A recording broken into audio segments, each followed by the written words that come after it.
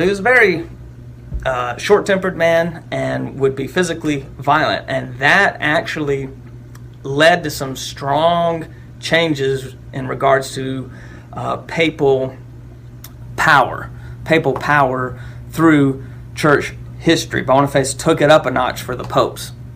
One of his famous quotes that he made was, "We declare," I'm going to read it here, "we declare, say, define, and pronounce that it is absolutely necessary for the salvation of every human creature to be subject to the Roman pontiff." Okay, so he was making it clear that you must fall under the authority of the Pope in all matters, temporal and eternal, spiritual, political, all matters are beneath the Pope of Rome.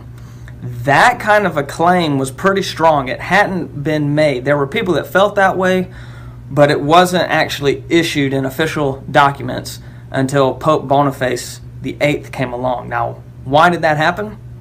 There was a conflict between King Philip IV of France and Pope Boniface.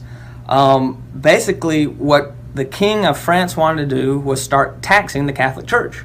He saw the great wealth of the Roman Catholic Church and felt like if they're going to meddle in the government affairs, they should have to pay a portion into the governments. They should be supporting the governments. And so he required payment from the Catholic churches in France.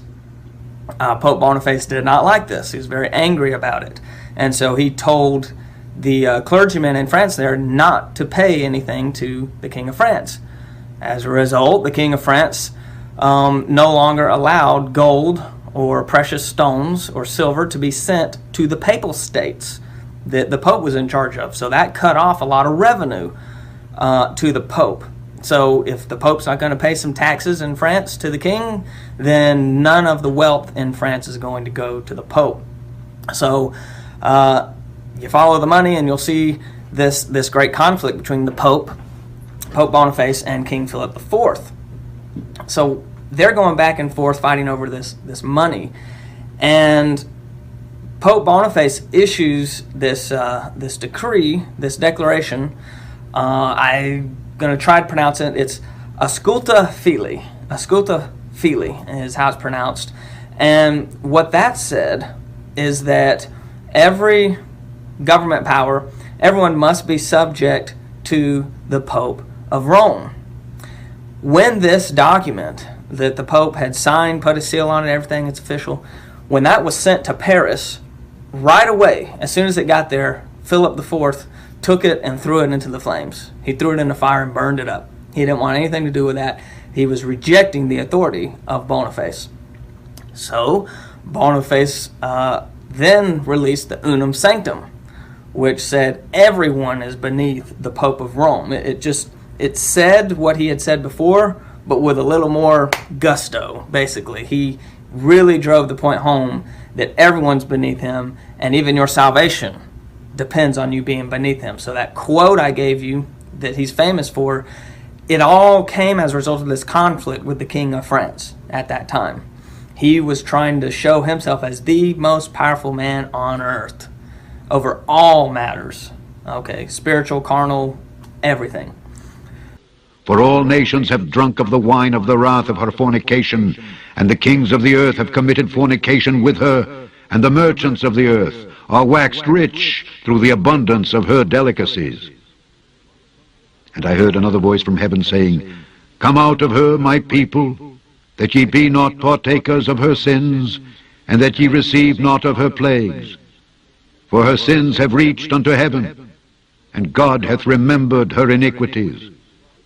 How much she hath glorified herself and lived deliciously, so much torment and sorrow give her. For she saith in her heart, I sit a queen, and am no widow, and shall see no sorrow. Therefore shall her plagues come in one day, death and mourning and famine, and she shall be utterly burned with fire. For strong is the Lord God who judgeth her. And the kings of the earth who have committed fornication and lived deliciously with her shall bewail her and lament for her when they shall see the smoke of her burning, standing afar off for the fear of her torment, saying, Alas, alas, that great city, Babylon, that mighty city, for in 1 hour is thy judgment come. And the merchants of the earth shall weep and mourn over her, for no man buyeth their merchandise any more. And in her was found the blood of prophets, and of saints, and of all that were slain upon the earth.